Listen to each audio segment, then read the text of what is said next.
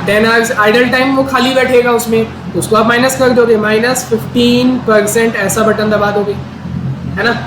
फिर उसके बाद बोलता है परफॉर्मेंस रेटिंग 120%, मतलब उसके परफॉर्मेंस को देखते हुए, ताकि वो पूरा परफॉर्मेंस अच्छे से कर पाए, उसका मैंने पूरा रेटिंग निकाला, अच्छे से उसका ओवरव्यू किया, तो पता चला मेरे को उसको 20% और देना पड़ेगा टाइम, मतलब इतने में काम नहीं चलेगा। 10 घंटा -15%, तो यहाँ 8.5 आया। मैं बोला 8.5 में नहीं चलेगा, उसको 20%, 120 बोलेगा है ना। मतलब आप देखो उसमें क्या कर सकते हो, बताओ। 2 ऑप्शन मैं आपको हर वक्त बताता हूँ क्या कर सकते हो। 120% है तो उसको निकालने के लिए क्या कर सकते हो, या तो इंटू 120% करो तो भी वही बात है, या फिर ये जो आपने किया उसमें, हाँ बताओ दूसरा ऑप्शन। अब बताओ, अब तो मैंने बता दिया एक ऑप्शन, दूसरा बताओ। +20%, दोनों एक ही मतलब है, जो आप करना चाहो। मतलब ये आपका प्रेजेंटेशन आपके ऊपर है। क्वेश्चन बोलती है परफॉर्मेंस रेटिंग 120% है, तो कर दो इंटू 120%। पर अगर आप एडिशनल सोचोगे, एडिशनल के पॉइंट ऑफ व्यू से सोचोगे, तो एडिशनल कितना मिलेगा, 20, क्योंकि देखो परसेंट तो 100 होता है ना। किसी भी बच्चे से पूछूंगा बेटा परसेंट मैक्सिमम कितना होता है, 100, तो वो कितना देगा, 120।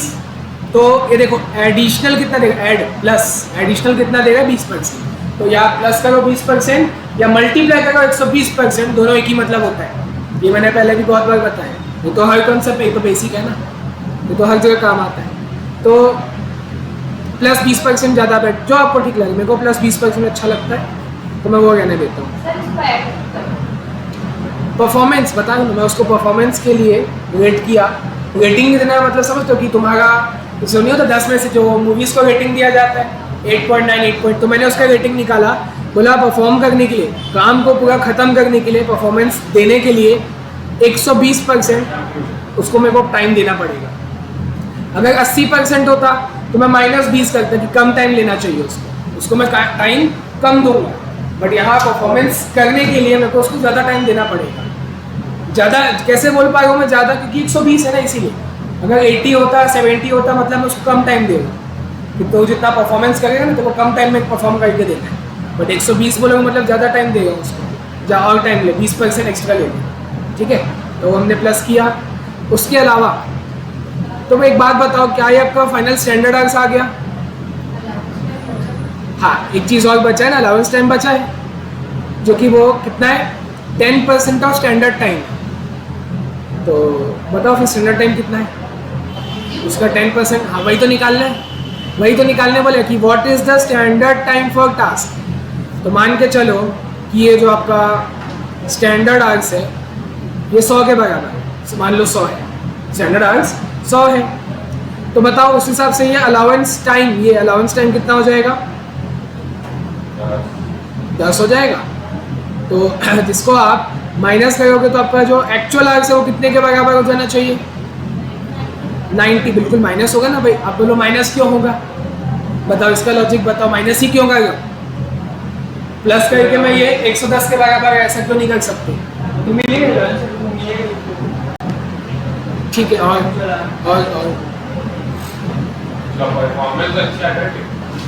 नहीं, ये नहीं बोल सकते। एकदम बेसिक चीज सोचो, स्टैंडर्ड आवर्स और एक्चुअल आवर्स हमेशा कम होता है भाई। अगर मैं बात करूं, एक बात समझो, अगर मैं आपको बताया, देखो चलो बच्चों वाला क्वेश्चन पूछता हूँ। मान लो सेल है 100, सेल को मैंने 100 मान लिया, और प्रॉफिट है मान लो 10, ठीक है। तो कॉस्ट कितना हो जाएगा, 110 माइनस होता है ना, क्योंकि कॉस्ट अगर प्रॉफिट हो रहा है, तो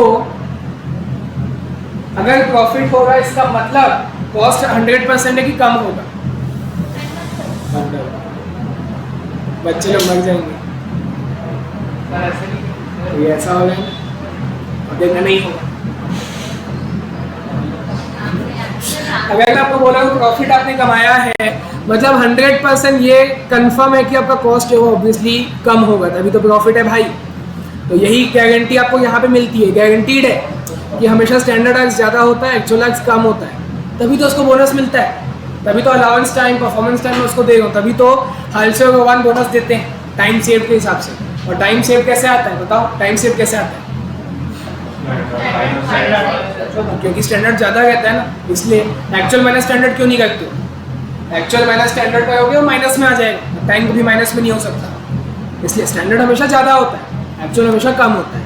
तो अब वापस आएंगे, क्वेश्चन बोलता है अलाउंस टाइम जो दिया गया है तुमको 10% स्टैंडर्ड टाइम का, और भाई स्टैंडर्ड टाइम ही तो निकालना है, वही तो नहीं पता है। ये वही लॉजिक हो गया ना कि बोला है आपको कॉस्ट दिया हुआ है और प्रॉफिट ऑन सेल दिया हुआ है, तो वही करते हैं ना हम लोग, सेल को 100 अज्यूम कर लेते हैं। सेम काम यहाँ पे कर रहा हूँ मैं, अलाउंस टाइम बोला है 10% ऑफ स्टैंडर्ड टाइम, और बेटा स्टैंडर्ड टाइम ही तो नहीं पता है, वही हमको निकालना, तो लेट द स्टैंडर्ड टाइम भी 100, तो उसका 10% 10 हो जाएगा अलाउंस टाइम। तो एक्चुअल आवर्स हमेशा कम होता है, ये याद रखोगे, तभी तो ये 90 है। तो मतलब ये जो आपका एक्चुअल आवर्स है, ये जो आपका पूरा ये एक्चुअल आवर्स है, ये कितने के बराबर हुआ? 90 के बराबर हुआ। तो इंटू 100 आपका स्टैंडर्ड आवर्स कितना वो आ जाएगा। ठीक, बस इतना करना है, क्वेश्चन खत्म। 10 - 15% प्लस 20% डिवाइड बाय 9%, 11.333।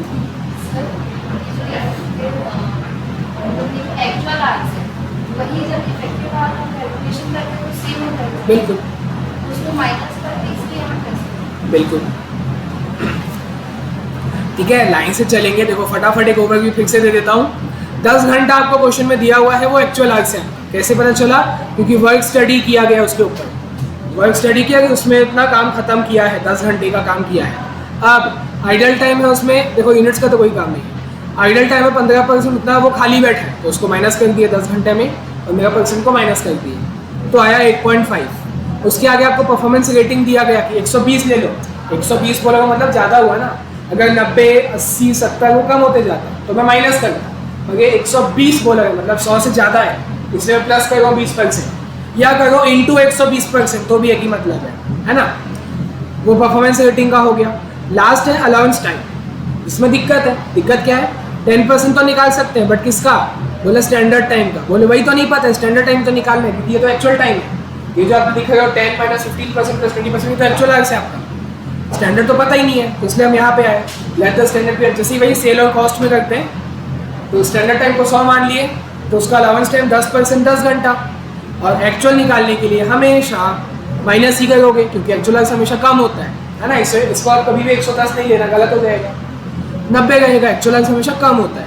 तो भाई उसी के लॉजिक के हिसाब से ये जो आपका एक्चुअल आवर्स है, ये वाला जो ब्रैकेट में डाला वो 90 के बराबर है, तो इंटू 100 आपका स्टैंडर्ड टाइम कितना वो आ जाएगा। 11.33 आया है। आंसर में मिनट्स में दिया हुआ है, तो इंटू कर दो इसको 60, तो आ गया 680 मिनट्स। बुक में मिनट्स में दिया हुआ है, इंटू 60 कर दी, मिनट्स में आ गया। ठीक है, हाँ इसके आगे बताओ 40, हाँ तो इसको आपको वही करना पड़ेगा। 40 में हम कल रुके थे, तो इसको आपको वही वाले फॉर्मूले से करना रहेगा। जो रूट्स ऑफ इक्वेशन हम निकालते थे, -b plus minus under root में b² - 4ac/2a, उसी तरीके से करना पड़ेगा। ठीक है, अच्छा वो मालूम है ना, ये b और a आप कहाँ से निकालोगे? आपको स्टैंडर्ड इक्वेशन पता होना चाहिए। स्टैंडर्ड इक्वेशन हमेशा कैसा होता है, याद करो, ax² + bx + c = 0। ये सब याद है बचपन का, ये अलजेब्रा है।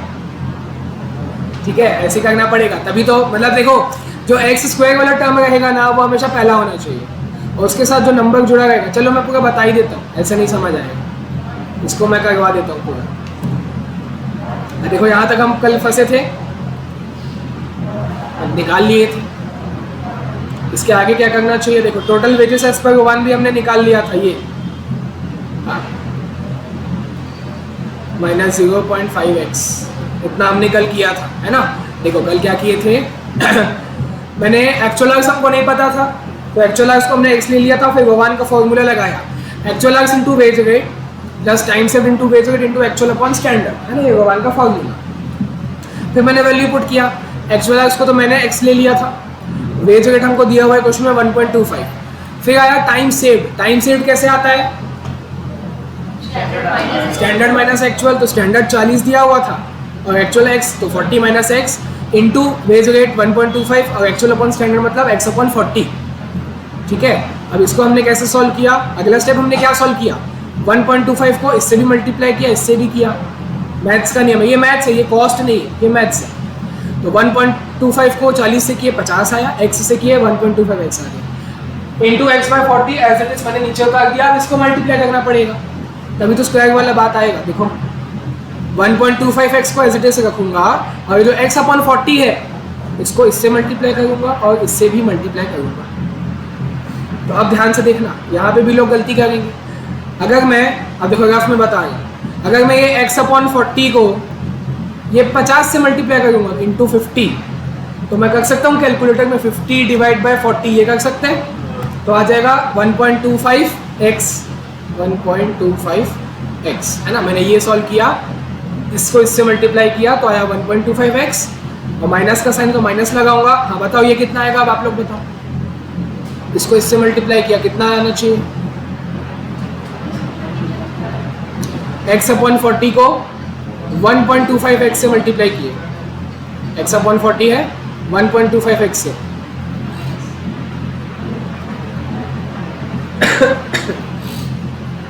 कितना होगा, कैलकुलेटर ही काम नहीं आएगा। x और x को मल्टीप्लाई, देखो 1 x अपॉन 40 है, उसको आप किससे मल्टीप्लाई करोगे, 1.25x से मल्टीप्लाई करेगा, तो ये x और ये x मल्टीप्लाई होकर क्या हो जाता है, x स्क्वायर हो जाता है। तो 1.25, अच्छा उसको डिवाइड बाय 40 भी कर देते हैं, नीचे डिनोमिनेटर में 40 है ना, तो 1.25 डिवाइड बाय 40 कर दो तो फाइनल आया 0.03125 x स्क्वायर। यहाँ पे कोई दिक्कत, ठीक है। अगला स्टेप क्या कर सकता हूँ मैं, इसको आगे सॉल्व कर सकते हैं, हाँ बिल्कुल कर सकते हैं, क्योंकि जो लाइक टर्म्स है, लाइक टर्म्स किसको कहा जाता है, ये देखो इसमें भी x है इसमें भी x है, तो इसको आप आपस में सॉल्व कर सकते हो, है ना।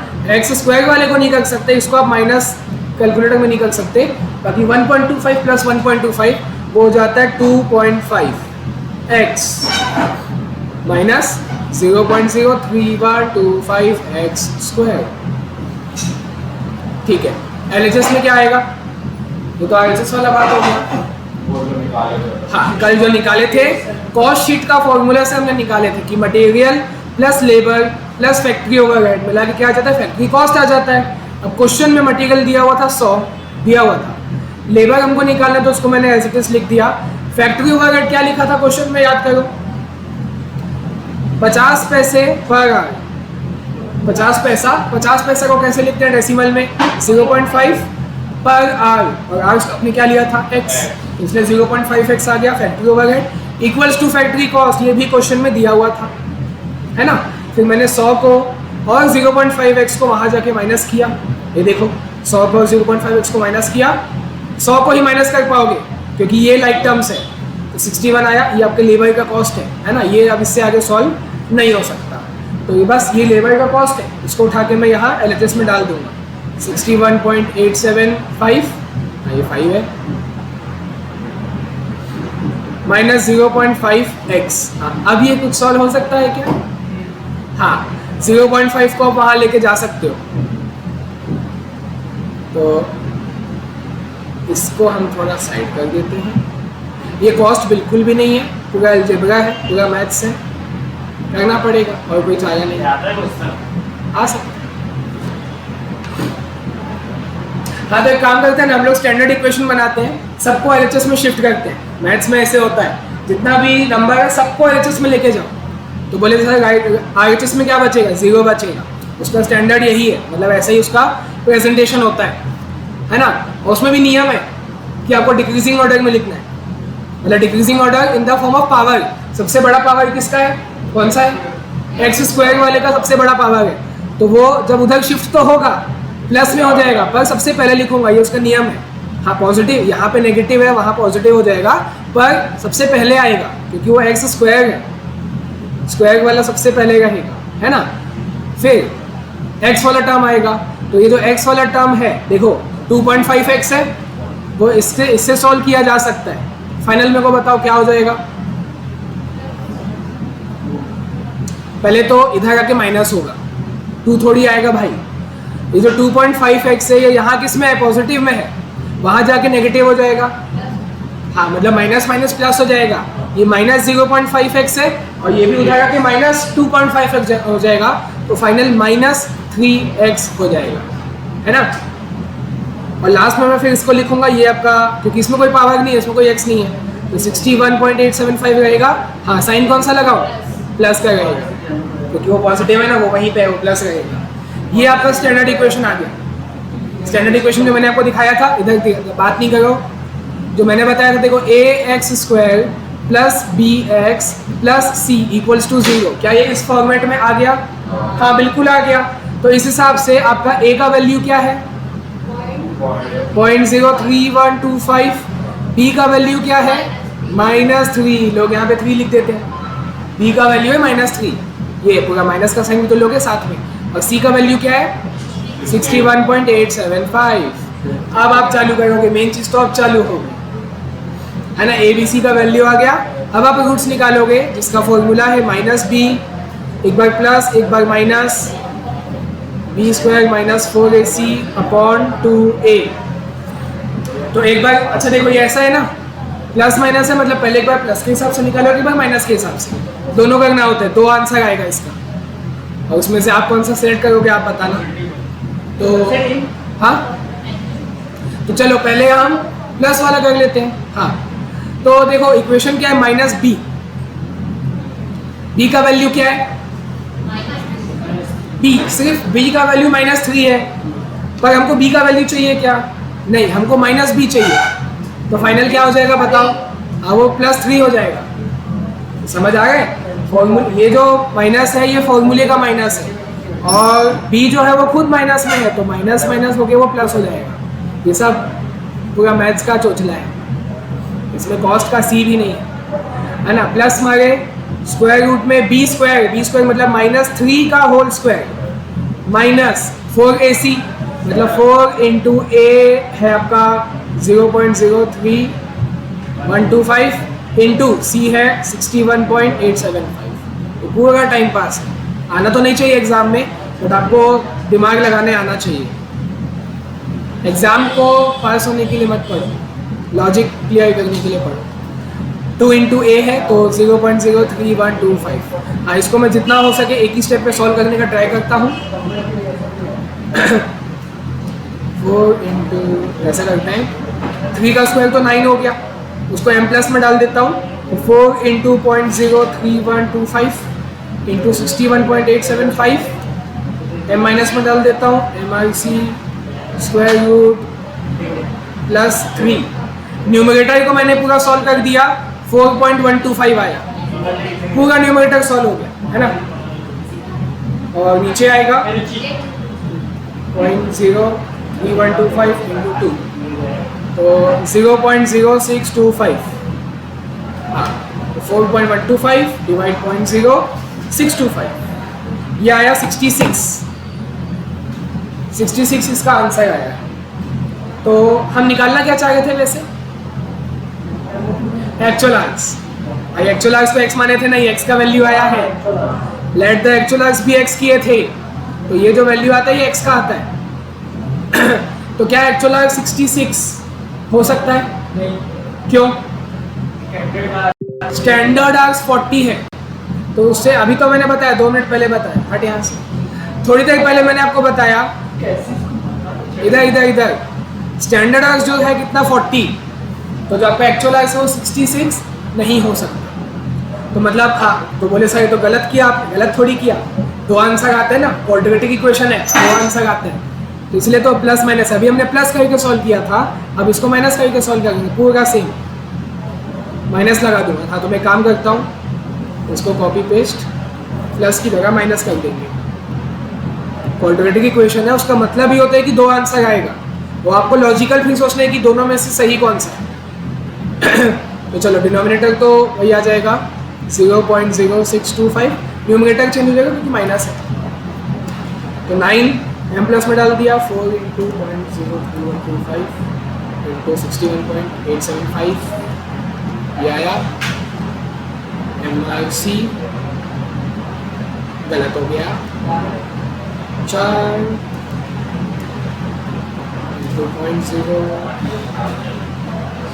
3125 61.05 सी स्क्वायर रूट और फिर इसको मैं करूँगा माइनस 3 में से, तो आएगा 1.875 डिवाइड 0.0625 तो आया 30। x का वैल्यू 30, x मतलब एक्चुअल आर्क्स है, क्या वो 30 हो सकता है? हाँ 30 ही होगा, क्योंकि आप क्या निकाले, देखो एक्चुअल आर्क्स आपका 2 आया है, एक 66 आर्क्स या 30 आर्क्स। तो हम जानते हैं कि एक्चुअल आर्क्स जो होता है वो हमेशा स्टैंडर्ड आर्क्स से क्या होता है, कम होता है। तो स्टैंडर्ड आर्क्स कितना था 40, तो उससे एक्चुअल आर्क्स हमेशा कम होगा, मतलब ये होगा 30 आपका फाइनल आंसर। और एक्चुअल आर्क्स निकालना था ना, वही फाइनल है शायद। हाँ वही बोला था, calculate the hours of time taken, मतलब एक्चुअल आवर्स निकालना था, वो आ गया 30 आवर्स। मतलब अभी कॉस्ट का क्वेश्चन नहीं है, मॉड्यूल है, तो वहाँ पे लिख दो ये अलजेब्रा का क्वेश्चन है, उसमें ऐसा किया जाता है। और आने को आ सकता है, वैसा मैं मना नहीं करूँगा बिल्कुल भी, मॉड्यूल में है तो क्यों नहीं आ सकता, दिया है उसमें।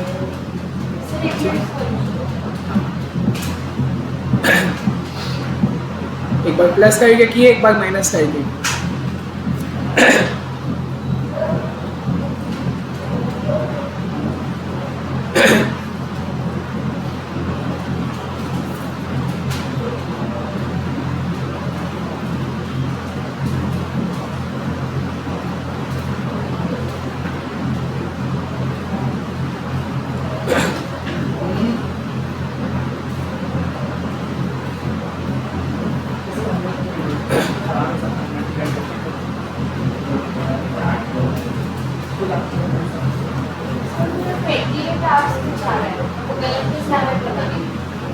बुक में देखो एक बार आंसर, बुक है, मॉड्यूल देखो एक बार तो कंफर्म हो जाएगा। किसी के पास नहीं है,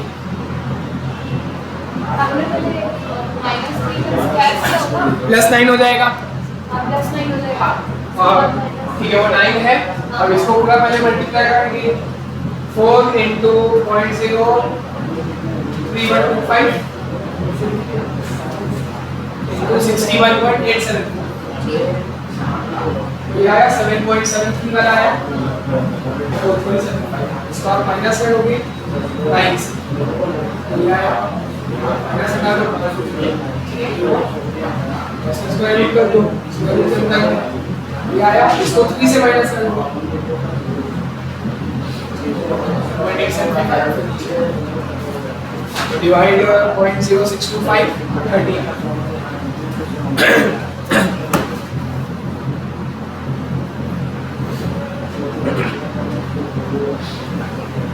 ठीक है चलो, इसको 2-3 बार और घर में अच्छे से सॉल्व करना और समझ आ जाएगा। कुछ नहीं, बचपन का 9th का बच्चा बना लेगा, आप लोग नहीं बना पाएंगे कि याद नहीं है ना 9th वाला जो बच्चे वो यही करता है दिन भर, उसको याद रहता है, वो बना लेगा।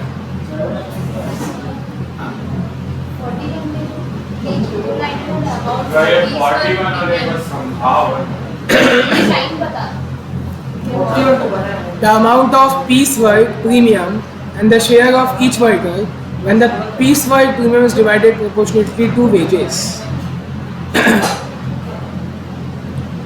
When the piecework premium is divided proportionately to wages paid. पूरा देखते हैं। देखो 2 फिटर, जो फिटिंग करते हैं वो फिटर है ना, 2 फिटर है, एक लेबरर है और एक लड़का है, टोटल 4 लोग हो गए। Undertake a job on piece rate basis, है ना, पीस के हिसाब से उनको पैसा मिलता है, मतलब actual output into wage rate per unit पर पीस, जो बोलो इनके हिसाब से उनको पैसा मिलता है।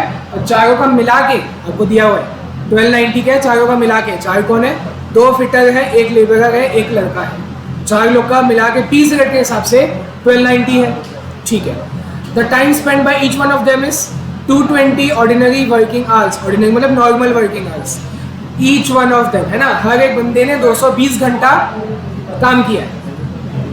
द रेट ऑफ पे ऑन टाइम रेट बेसिस, अगर टाइम के हिसाब से दोगे ना तो 1.5 पर आवर दोगे फिटर को, 1 रुपीज़ दोगे लेबरर को, 0.5 दोगे बॉय को।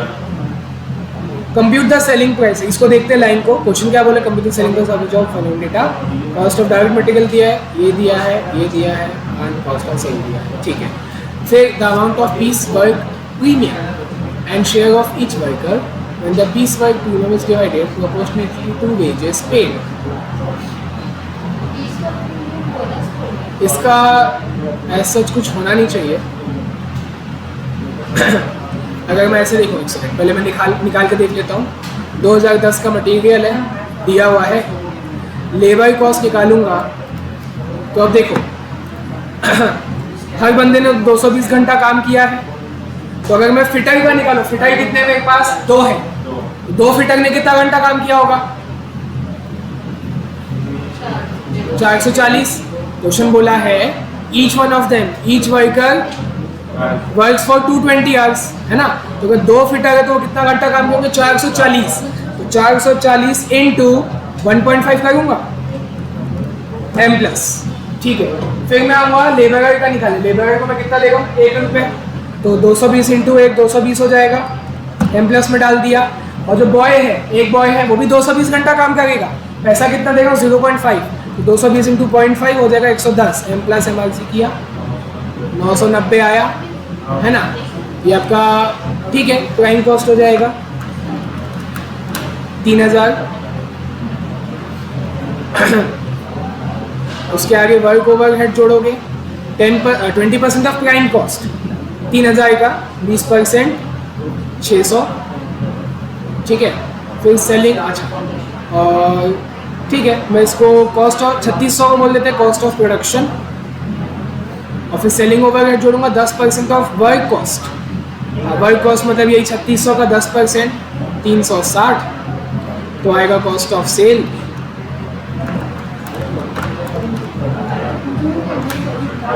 3960। हाँ, उसके आगे प्रॉफिट बोला 25% ऑन कॉस्ट ऑफ सेल, इसमें प्लस 25% का प्रॉफिट कर दोगे 4950। देखिए मॉड्यूल नहीं लाया था कोई भी, 5445 इसका, अच्छा 5445 प्रॉफिट।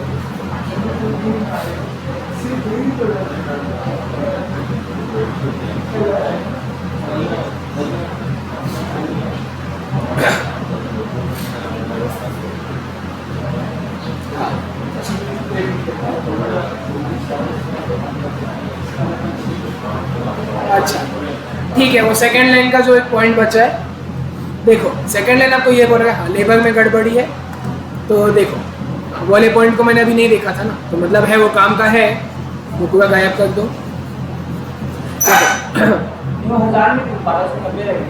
1290 बिल्कुल। मतलब देखो बात यहाँ पे ये होगी, पहले तो प्रैक्टिकल लॉजिक लगेगा कि भाई अभी उनको समझो इधर, अब बात नहीं, पीस रेट के हिसाब से अभी तक उनको कितना मिलेगा था, 1290 मिलेगा था। क्वेश्चन में दिया हुआ है कि 2 fitter, 1 labourer, 1 boy, undertaker job on piece rate for 1290, ठीक है। अब हमने क्या किया, टाइम रेट के हिसाब से निकाला। टाइम रेट के हिसाब से कैसे निकाला, ये जो फिटर है, देखो मैंने बता कैसे निकाला, 2 फिटर थे, 220 घंटा काम करते हैं, और फिटर को मैं कितना देता हूँ 1 घंटे का, 1.5 ये दिया हुआ है, 1.5 per hour for each of the 2 fitter, है ना। तो यार 660। फिर मैं निकालूंगा लेबरर का, एक ही लेबरर है, 220 घंटा काम किया, पैसा कितना दूंगा, 1 रुपये, ये दिखा 1 रुपये पर आवर, तो 220 ही हो जाएगा। फिर एक बॉय है, एक ही बॉय है, 220 घंटा काम करेगा, और पैसा कितना दूंगा 0.5, यानी हो गया 110, तीनों को ऐड किए तो 990। तो पहले तो प्रैक्टिकल लॉजिक लगाओ कि अभी तक जब मैं उनको पीस रेट के हिसाब से दे रहा था तो 1290 मिलेगा था, अब मैंने टाइम रेट के हिसाब से निकाला तो 990 आ गए। बोनस तो वर्कर तो मना कर देंगे ना। अगर मैं उनको प्रैक्टिकली ऐसा बोलूँ कि चलो भाई अब मैं तुमको पीस रेट से दे रहा था, पर अब मैं तुमको टाइम रेट के हिसाब से दूंगा, यानी 990 दूंगा, तो चारों लेबर जो है हड़ताल में आ जाएंगे, मतलब अपोज करेंगे, मेरे खिलाफ खड़े हो जाएंगे, नहीं सर ये मैं नहीं चलेगा। अभी तक उनको कम पैसा मिलेगा ना, उनको 1290 मिलता था, आप 990 दे रहे हो, मतलब 300 रुपये कम दे गए हो। अगर टाइम रेट के हिसाब से दोगे तो 300 रुपये कम दोगे, जो कि नहीं चलेगा, मतलब वो जो 300 रुपये है वो भी आपको देना ही पड़ेगा। समझ आ गया क्या बोला? अभी तक आप पीस रेट से 1290 दे रहे थे, पर अब अगर टाइम रेट आप अप्लाई करते हो तो 990 बनेगा उनका वेजेस, तो वो लोग मानेंगे नहीं, या तो काम छोड़ के चले जाएंगे। तो आपको क्या करना पड़ेगा, पूरा 1290 ही देना पड़ेगा। मतलब आप कितना दोगे एक्स्ट्रा? 300 रुपये एक्स्ट्रा दोगे, ठीक। 1290 तो दे रहे थे, पर अब आप टाइम के हिसाब से 990 देना चाहते हो, 990 देना चाहते हो टाइम के हिसाब से, पर ठीक है फॉर्मूला वही लगेगा, पर 990 फाइनल आप नहीं दोगे, फाइनल आप 1290 ही दोगे, ठीक है। तो मतलब आपको इन सभी को, सभी बंदों को 300 रुपये एक्स्ट्रा देना पड़ेगा, ठीक है। तो कैसे दोगे वो आपको क्वेश्चन में दिया था, जो सेकेंड लाइन मैंने अभी स्किप किया था। लिखा है the amount of piece work premium, वही तो है 300 रुपये, जो पीस वर्क काम करने से उनको ज़्यादा पैसा मिलेगा था, टाइम के हिसाब से 990 मिलेगा, तो पीस के हिसाब से 1290 मिलेगा था, तो पीस वर्क के हिसाब से प्रीमियम कितना मिलेगा था? 300। तो 300 तो टोटल है ना, पूरे चारों लेबर का मिला के है। बांटोगे कैसे? तो बता रहा है कि share of each worker when the piece work premium, वही मतलब पीस वर्क प्रीमियम मतलब वही 300 is divided proportionately to the wages paid, मतलब आप उसको 620, 220 और 110 के रेशियो में बांट दोगे। क्वेश्चन ये बोला है डायरेक्ट वेजेस के रेशियो, जो आपने वेजेस पे किया, पहले को 660 पे किया, फिर 220, 110, उस रेशियो में आप बांट दोगे। किसको? 300। मतलब रेशियो क्या हुआ? 6:2:1 होगा। 6 11 से काट दो, 0 हटा दो, 6:2:1, ठीक है। पर और शॉर्टकट बताओ, वो दिखाने की भी आपको ज़रूरत नहीं है, क्योंकि आपका टोटल लेबर कॉस्ट कितना होगा? 1290 हो जाएगा ना, जो कि ऑलरेडी देखो दिया ही हुआ था। वही तो मैंने बताया अभी स्टार्टिंग से आपको कि पीस के हिसाब से 1290 दे रहे थे, आपको उतना देना ही पड़ेगा। आप ठीक है, आप अपने मन की संतुष्टि के लिए टाइम बेसिस बोल लो कि 990 दे रहे टाइम के हिसाब से, पर नहीं चलेगा, कम पैसा नहीं चलेगा, आपको 1290 पूरा देना पड़ेगा, ठीक है। इंडिविजुअल बोला नहीं है, आपको क्या बोला है ध्यान से समझो। पूछा क्या है, उस पर फोकस किया करो। बोला कंप्यूट द सेलिंग प्राइस, तो भाई सेलिंग प्राइस तो आ गए ना, टोटल लेबर कॉस्ट 1290 ही है, उस हिसाब से सेलिंग प्राइस आप निकाल लोगे। इंडिविजुअल अगर निकालने बोलता कि इंडिविजुअल बोनस कितना है भाई बताओ, तो आप उसको डिटेल में दिखाते, 300 को बांट के दिखाते 6:2:1 के रेशियो। अगर इस क्वेश्चन में आप नहीं दिखाओगे तो भी चलेगा, क्योंकि फाइनल आंसर इनको सेलिंग प्राइस दिखाने बोले तो वो आ जाएगा, क्योंकि टोटल वेजेस तो एज इट इज है, एज इट इज चेंज नहीं होगा। भाई आप खुद समझो ना, पहले मैं आपको, आप मेरे यहाँ के एम्प्लॉई हो, पहले मैं आपको सैलरी देगा था 10,000, अब अगले महीने से बोलूँगा 8,000 दूंगा, काम करोगे मेरे यहाँ? नहीं। मैं अपने मन के संतुष्टि के लिए बोलूँगा मैं आपको 8,000 दे रहा हूँ, टाइम के हिसाब से बोनस 2,000, तो घुमा फिरा के दे तो पूरा रहा ना 10,000, तो बात वही हो गई, 1290 ओवरऑल हो गया, और उसके आगे आप कर लोगे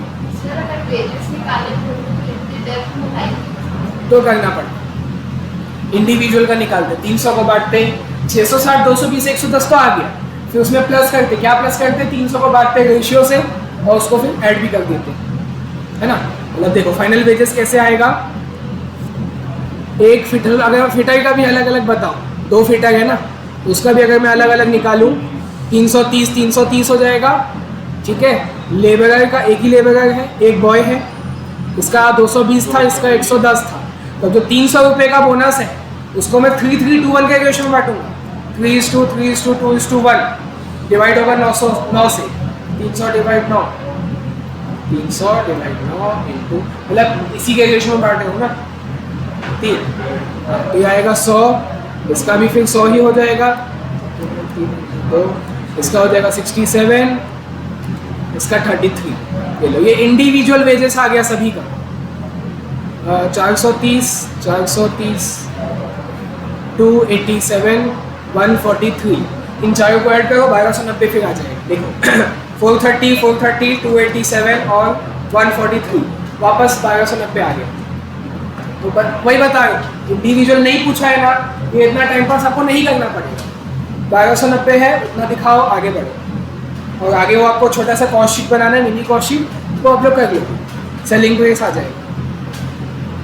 ठीक है, घुमा फिर आके वही आ गया कि भाई पहले आप उसको टाइम वेजेस के हिसाब से दिए, टाइम वेजेस के हिसाब से दिए तो पता चला है तो सिर्फ 990 हो गया टोटल, जो कि नहीं चलेगा। पहले दे रहे थे 1290, अब देखो 990 नहीं चलेगा, तो 300 रुपये वो भी आपको देना पड़ेगा। कैसे दोगे? उनके वेजेस के प्रपोर्शन में दोगे। घुमा फिरा के 1290 ही हो गया। ये कैलकुलेशन तब दिखा रहे जब इंडिविजुअल वेजेस पूछता, तब दिखा रहे, बट अभी तो मेन सेलिंग प्राइस बोला है और वो तो ऐसे ही आ जाएगा। 1290 दिखाओ, बात खत्म करो। Work overhead 20% of prime cost, selling overhead 10% of work cost, ये आप लोग कर लोगे। Profit 25% of cost of sale जोड़ के सेल आ जाएगा। ठीक है, आगे 42 में कोई डाउट? बन गया। ये एग्जाम का क्वेश्चन है, आपको स्कैनर में दिखेगा किया हुआ है क्वेश्चन। ये क्या चीज़? इसमें भी ठीक है। इक्वेशन हाँ बिल्कुल। आगे तो मटेरियल भी नहीं दिया है, और ये पता है कि मटेरियल सेम है। मटेरियल को अगर एक्स लिए तो दोनों में एक्स लोगे, वेज रेट वाई लोगे तो वाई लोगे, वो हो गया ना। बाकी से हुआ, आपको भी करना है। एब्सेंट क्यों होते हो इतना? गलवार होने वाली है। वाह, फिनिश चैप्टर कब से कराओगे? कल ही हो पाए। अरे तो वेडनेसडे इसका टेस्ट है, सैटरडे वीडियो तो है ही। सही तीनों ट्राई करना है। हाँ, ये तीनों ट्राई करना करना है, करो। सब चीज़ रेडी तो हो जाएगा। हाँ, है। सर या फिर आज स्कैनर स्टार्ट करिए। अभी एक टॉपिक बचा भी है, हम टॉपिक लगा दें। टर्नओवर वाला बचा है, और इसमें तो सब ऐड करना है ना, कुछ वो नहीं है इसमें। इसको घर से कर लेंगे। हो जाएगा। चलो इधर आओ, लास्ट टॉपिक अपना, सब लोग ध्यान से देखेंगे बिना बातचीत के। Nikunj, employee turnover rate, employee turnover rate. हाँ, पहले इसका मीनिंग लिखें।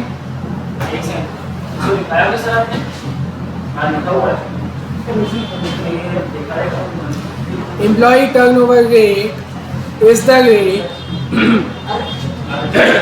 Employee turnover rate is the rate at which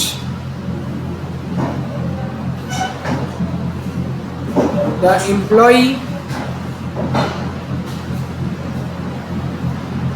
employees left.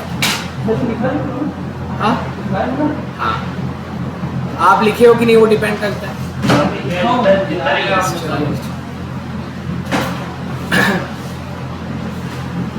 From the company and in case of those and employees are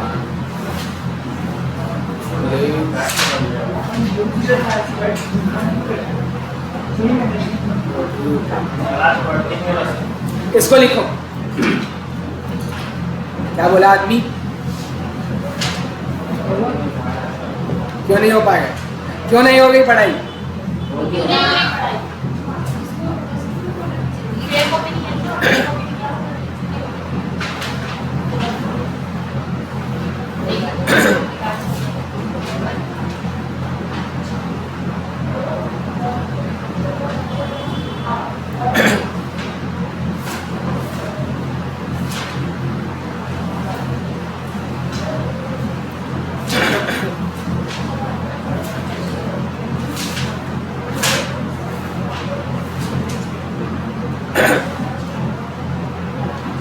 अच्छा जल्दी लिखो, फिर एक मस्त बात बताता हूँ।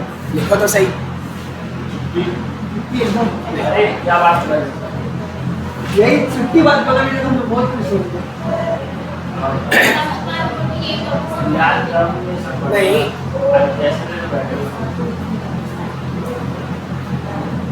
इतना आलस भी ठीक नहीं। सही पता नहीं आज एकदम आलस है, कल से तबीयत खराब है तो मेरी भी है भाई। उसके तो बहाने हमारी नहीं बता दी बेटी बारी थी पानी दे दो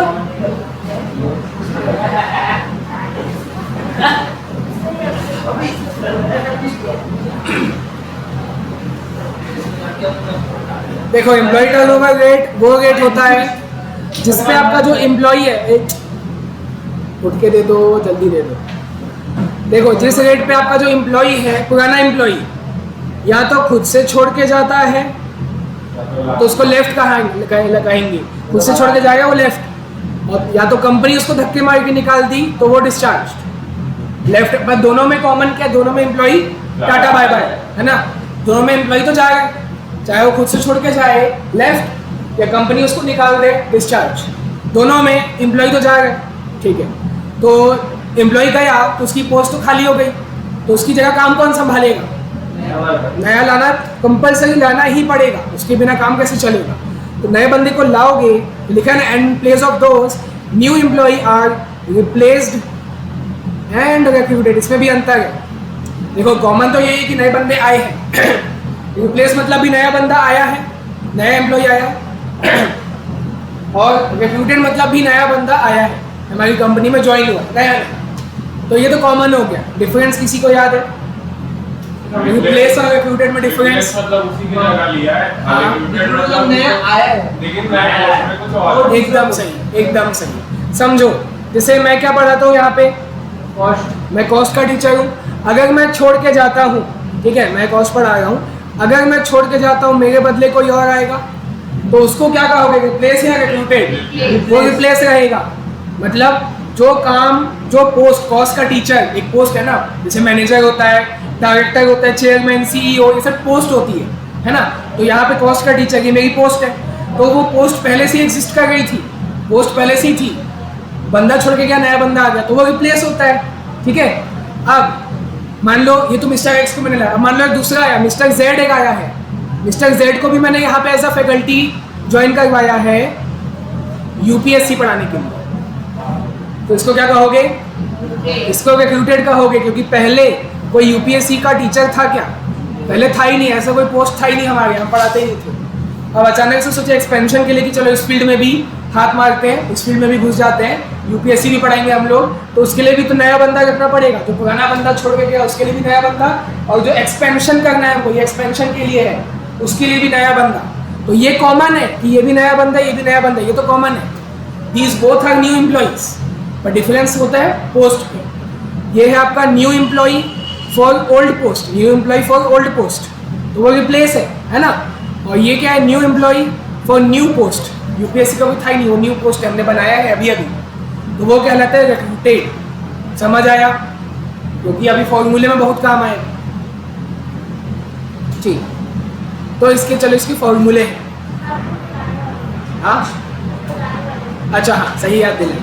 देखो सीए वालों को भी मैंने ये चीज़ बात बोली है, उन लोग सोच के बताएंगे, बोले हैं एक सिस्टम मैंने सोचा है दूसरा सबसे हट के, मंडे से फ्राइडे तक जैसे अपनी क्लास रहेगी, क्लास आगे भी रहेगी, छुट्टी नहीं बोलूँगा, मंडे से फ्राइडे 5 दिन क्लास हुई, सैटरडे को इन 5 दिन का रिवीजन, मतलब वीकली रिवीजन, 5 डेज का वीकली रिवीजन, संडे को टेस्ट। और नहीं आते तो हो टैक्स के लिए, नहीं आते वाह, नहीं वो रिवीजन वाला सही है। रिवीजन तो सही है, संडे फिर से टेस्ट कब लेंगे, सैटरडे को लो ना, सैटरडे को रिवीजन, सैटरडे को टेस्ट, मंडे को सर जो रिवीजन होगा तो मंडे को क्लास। तो पहले टेस्ट इसमें क्या होगा, इसमें क्या होगा, न कभी क्लास में शॉर्टेज पड़ेगा, न रिवीजन, न टेस्ट, किसी में शॉर्टेज नहीं पड़ेगा, आप लोग के बर्डन नहीं आएगा। आप लोग बोलो मंडे को, आप लोग बोलो मंडे को क्लास के बाद टेस्ट दे देंगे, आप लोग खुद सेकेंडरी कर दोगे। तो नहीं करेंगे ना, देखिए सर हम लोग पढ़ेंगे एक दिन रेस्ट भी टाइम मिलेगा, है ना? क्योंकि देखो हम लोग सैटरडे को भी टेस्ट देंगे, संडे भी टेस्ट देंगे। सैटरडे को किसका टेस्ट दोगे? अब किसी ने 2 हफ्ते में एक बार रहेगा, आप लोग लॉ और टैक्स का ट्यूसडे को होता है, नहीं है हाँ ना, पहले सैटरडे को क्यों होता है? नहीं होता है, मना कर देंगे मैं। सर सुनिए, इस हफ्ते से मत, इस हफ्ते नहीं, इस हफ्ते सैटरडे को ही है, संडे छुट्टी है, इस हफ्ते नहीं और बोलो। अगर ये रिवीजन होगा तो your question. कंसेप्ट पहले तो पूरा, और उसके बाद जो बाउंसरी क्वेश्चन है वो, जैसे ही अब ये बाउंसरी क्वेश्चन था स्क्वायर रूट वाला जो हाँ, ये ठीक है। निकाले, Agree. क्योंकि संडे को टैक्स में तो आते ही हो, सिर्फ एक क्लास के लिए आते हो तो उससे टेस्ट देके चले जाओ। Theoretical बातें और बता रहा हूँ ना, इससे एक और बेनिफिट है, आपको घर में कॉस्ट पढ़ने की जरूरत नहीं है। सैटरडे को यहाँ रिवाइज किया, संडे को टेस्ट, घर में आपको कॉस्ट का सी भी नहीं पढ़ना पड़ेगा। होमवर्क करोगे, टेस्ट के लिए नहीं पढ़ना पड़ेगा। ठीक है। तो ये बेटर रहेगा, और टेस्ट में छोटा ही रखूंगा, 30-40 मार्क्स का रखूंगा, कोई बर्डन नहीं रहेगा। तो इससे क्या होगा, लॉन्ग टर्म में आपको बेनिफिट मिलेगा। सुनो ना, इस बार का तीसरा टेस्ट अभी वाला नहीं है, अभी जैसा नहीं। उसका 2 चैप्टर का ले लो ना, कॉस्ट शीट मटेरियल लेबर का ले लो खाली। कौशिक भी अरे सर, कॉस्ट शीट का फिर रिवीजन करवा मना किया क्या मैं? कितनी बार हो चुका है कौशिक? 3 बार। चलो इधर एम्प्लॉय टर्नओवर रेट। अब आपको 4 मेथड सिखाए जाएंगे। सबसे पहले सेपरेशन मेथड। तो सेपरेशन मेथड का फॉर्मूला है number of employ left and discharge. मैंने बताया ना, दोनों ही तो हमसे अलग हो गए ना। लेफ्ट वो खुद से छोड़ के जा रहा है, एंड डिस्चार्ज मतलब हम उसको निकाल रहे, कंपनी उसको निकाल दे गई है। तो दोनों में वो सेपरेट तो हुआ ना, सेपरेशन मेथड है, मतलब जो हमसे अलग हो गया, छोड़ के चले गया। तो खुद से जाए या हम निकाले, गया तो सही ना। दोनों को लेना है, लेफ्ट अलग होता है, डिस्चार्ज अलग होता है, दोनों को लेना है। Divide by average employee into 100 percent में आएगा आंसर। ये बताओ एवरेज एम्प्लॉई कैसे आएगा? दोनों को plus divide by 2, opening closing plus करोगे डिवाइड बाय 2, एवरेज एम्प्लॉई आ जाएगा। तो ये आपका सेपरेशन मेथड है ना, एकदम इजी है ये। दूसरा होता है आपका रिप्लेसमेंट मेथड। रिप्लेसमेंट मेथड तो नाम से ही समझ आ गया, क्या लोगे, number of employee replace only replace. Recruited का अलग है, वो तीसरे में आएगा। तीसरा है रिक्रूटमेंट मेथड, या आपके में अच्छा एडिशन है, रिक्रूटमेंट नहीं है, वो सीए वाले में है, आपके में एडिशन है, बताता हूँ। बाकी देखो रिप्लेसमेंट में, रिप्लेसमेंट है ना नाम, तो सिर्फ रिप्लेसमेंट आएगा। तो मैं इसको कंप्लीट कर देता हूँ। चलो, नंबर ऑफ एम्प्लॉई रिप्लेस्ड, सिर्फ रिप्लेस्ड, ठीक है। रिक्रूटेड वाला नहीं लोगे, ओनली रिप्लेस्ड। रिप्लेस मतलब new employ for old post, divide by average employ करोगे, इनटू 100 कर दोगे, बात खत्म। हाँ, फिर आपके में है एडिशन मेथड। एडिशन का एकदम जनरल मीनिंग भूल जाओ कि आप कॉस्ट पढ़ रहे हो। एडिशन मतलब क्या होता है? जोड़ना, जोड़ना। तो अब मुझे बताओ, 1 और 2, इन दोनों में से कौन से एम्प्लॉय आपके साथ जुड़े हैं? और रिप्लेस वाले नहीं जुड़े हैं? दोनों जुड़े हैं, दोनों आएगा, दोनों आएगा। देखो कैसे कनेक्शन करने हैं आपको। एडिशन मतलब क्या होता है? जोड़ना। तो सोचो ना कितने लोग आपसे जुड़े हैं, रिप्लेस वाला भी जुड़ा है, रिक्रूटेड वाला भी जुड़ा है, दोनों ही न्यू एम्प्लॉई है ना। डिफरेंस है उनकी पोस्ट में, बट अगर मैं एम्प्लॉई की बात करूँ, एम्प्लॉई तो सभी नए हैं ना। रिप्लेस वाला एम्प्लॉई भी नया है, रिक्रूटेड वाला एम्प्लॉई भी नया है, एडिशन हुआ है। तो एडिशन में दोनों आ जाएगा। एडिशन में number of employee replaced and recruited दोनों आ जाएगा। रिप्लेस भी इंक्लूड होगा और रिक्रूटेड भी इंक्लूड, दोनों ऐड कर दोगे। Divide by average employ into 100।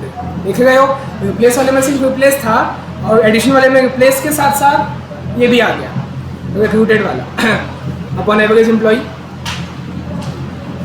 Into 100। ठीक, परसेंट में आ जाएगा। चौथा और लास्ट, फ्लक्स मेथड। फ्लक्स का मतलब होता है ऑल थिंग्स कंबाइंड। मतलब अभी तक आपने कितने फॉर्मूले देखे? 3 देखे, तीनों को कंबाइन कर देना है, तीनों को कंबाइन कर देना है। तो मैं लिख के देखता हूँ। नंबर ऑफ एम्प्लॉई, सबसे पहला क्या था? सेपरेटेड, मतलब लेफ्ट एंड डिस्चार्ज था ना, लेफ्ट एंड डिस्चार्ज, तो उसको मैं लिख देता हूँ number of employee left and discharge, ठीक है। प्लस जो दूसरा है, दूसरा क्या था? रिप्लेस्ड, तो लिख दिया रिप्लेस्ड। और तीसरा क्या था? एडिशन। एडिशन में कौन कौन सा आता है? दोनों आ जाता है। तो मतलब मैं पूरा एडिशन, अच्छा इसको एडिशन कहा जाता है ना, समझो ध्यान से। अगर मैं, सुनो ध्यान से, अगर मैं number of employ replaced and recruited दोनों को ऐड कर दूं तो उसको कहा जाता है नंबर ऑफ एडिशन। मतलब रिप्लेस और रिक्रूटेड को अगर प्लस कर दोगे it will be called addition, क्योंकि एडिशन मेथड है ना। तो अगर मैं यहाँ पे प्लस कर दूं एडिशन तो ये सही है गलत है? गलत है, क्योंकि एडिशन के अंदर देखो रिप्लेस आप अलग से जोड़ चुके हो, रिप्लेस तो जोड़ चुके हो ना। अब आप अगर एडिशन जोड़ोगे तो एडिशन के अंदर ऑलरेडी रिप्लेस जुड़ा होता है, तो मतलब इसमें रिप्लेस आपका दो बार आ गया। तो मतलब आप क्या करोगे, एडिशन को लिखोगे क्या? एडिशन को नहीं लिखोगे, रिक्रूटेड लिख दोगे। ठीक है, समझ आ गया? Number of employ left and discharge पहला वाला, ठीक है। दूसरा रिप्लेस, तीसरा एडिशन है। वो एडिशन में दोनों आते हैं, दोनों को नहीं लेना, रिप्लेस तो ले लियो ना, तो खाली रिक्रूटेड को लेना है। अब देखना यहाँ पे छोटा सा और ट्विस्ट है, सबको प्लस किए 3 आइटम हुआ ना। लेफ्ट हैंड डिस्चार्ज को एक ही मानो, लेफ्ट हैंड डिस्चार्ज एक ही है, रिप्लेस दूसरा है और रिक्रूटेड तीसरा है। तीनों को आपने ऐड किया इंटू 1/2, ये फॉर्मूले में है। तो इसका कोई लॉजिक, आप कंबाइन कर रहे हो, एवरेज कर रहे हो, इंटू 1/2 है ना। फ्लक्स में ही आपको करना है, बाकी किसी में नहीं की। मतलब ये न्यूमरेटर है, न्यूमरेटर में ही आप इंटू 1/2 कर देगा, 1/2 करोगे और उसके बाद डिवाइड करोगे एवरेज एम्प्लॉय से, फिर इंटू 100। ठीक है, 1/2 को ख्याल रखना कब करना है, तीनों को प्लस करके उसका आधा करना है और फिर डिवाइड बाय एवरेज एम्प्लॉय, फिर इंटू 100। ठीक है, वो मैंने ये फ्रैक्शन इतना बड़ा बनाया, आपको इससे समझ आ जाना चाहिए कि 1/2 वो ऊपर न्यूमरेटर के साथ है, वो पहले करना, बाद में एवरेज एम्प्लॉय, फिर इंटू 100। ठीक, हाँ।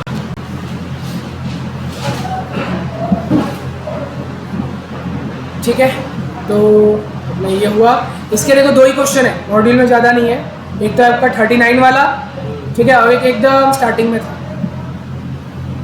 अच्छा, वो मैंने लाया नहीं है, इसमें से बता देता हूँ कौन सा इलस्ट्रेशन था। स्टार्टिंग में था 20 के आसपास। हाँ, क्या देखना क्वेश्चन? मेथड।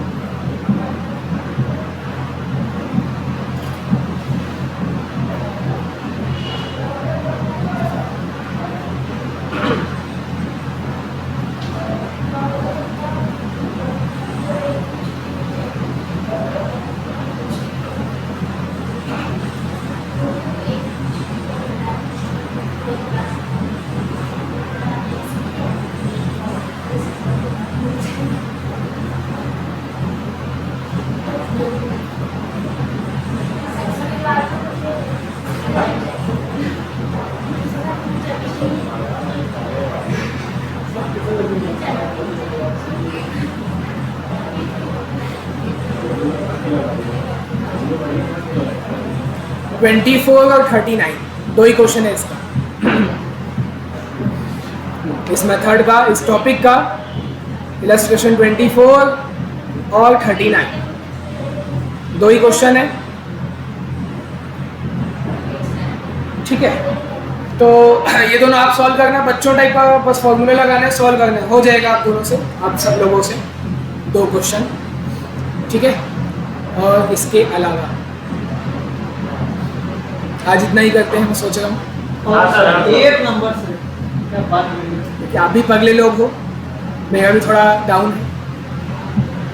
आज बिल्कुल पता नहीं है क्या कर रहे हो? सही में से पढ़े ना। आज इतना ही करते हैं, थोड़ा गला।